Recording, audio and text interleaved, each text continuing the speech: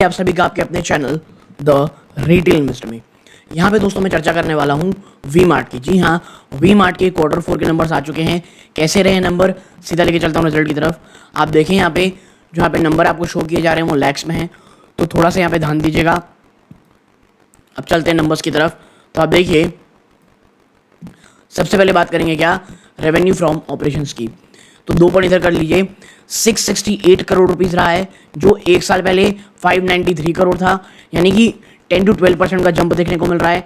Other income इस बार 4.43 करोड़ की आई है, जो एक साल पहले 7.5 करोड़ से थोड़ी सी ऊपर थी। और जब आप इन दोनों को जोड़ लेंगे तो टोटल इनकम आपकी निकल के आएगी 673.03 करोड़, जो एक साल पहले 601 करोड़ रुपए थी। यानी साफ देख रहे हैं आप कि मेयरली 10% से थोड़े ज़्यादा का जंप आपको देखने को मिल रहा है। अब देखिए, ईयर ऑन ईयर ना हमको इसमें नहीं करना है, क्योंकि आपको पता होगा भाई दिसंबर क्वार्टर जो होता है वो फेस्टिव सीजन का होता है। तो यहाँ पे प्योरली हमको ईयरली बेसिस पे देखनी है। अब खर्चे यानी एक्सपेंसेस अगर आप देखेंगे, सबसे पहले purchase of stock and trade 532 crore rupees आया है, जो एक साल पहले 508 करोड़ रुपीज़ था, यानी खर्चे बढ़े हैं आपके। इन्वेंटरी आप देखेंगे तो 76 करोड़ की निगेटिव है, जो एक साल पहले 103 करोड़ की निगेटिव थी, यानी यहाँ कुछ पैसे बच गए।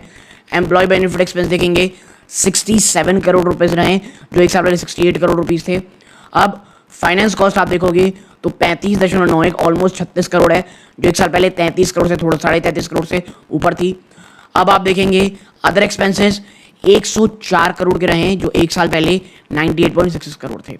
और अब जब आप इन तमाम खर्चों को जोड़ लेंगे तो टोटल एक्सपेंस निकल के आएगा 725 करोड़।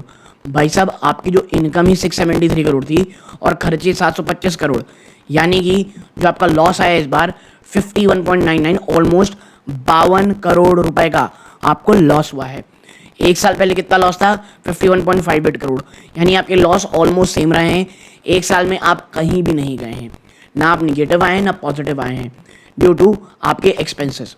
और जब हम टैक्स के बाद हम देखते हैं कि भाई total comprehensive income for the period क्या आ रही है, तो आप पाएंगे यहाँ पे कि भाई 37.5 करोड़ का लॉस आया है, जो एक साल पहले 37 करोड़ का प्रॉफिट था, और पिछले क्वार्टर में 28 करोड़ का प्रॉफिट था आपको। और आपकी जो ईपीएस है वो 18.70 रुपये नेगेटिव से और ज़्यादा बढ़ के 19.60 नेगेटिव चली गई है। तो जो ये आपको गिरावट देखने को मिल रही है, ये वाकई में बहुत ही ज़्यादा है।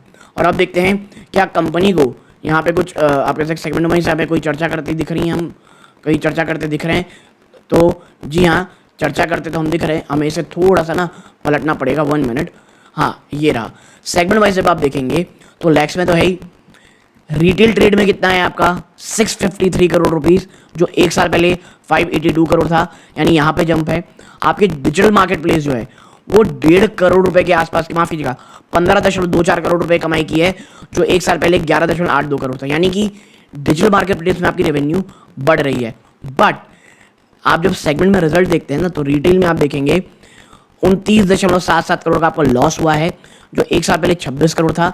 यानी कि जो रिटेल है उसमें आपका जो रेवेन्यू है वो बढ़ा है बहुत अच्छा, 10% ज़्यादा, लेकिन आपका उसमें लॉस भी बढ़ गया है।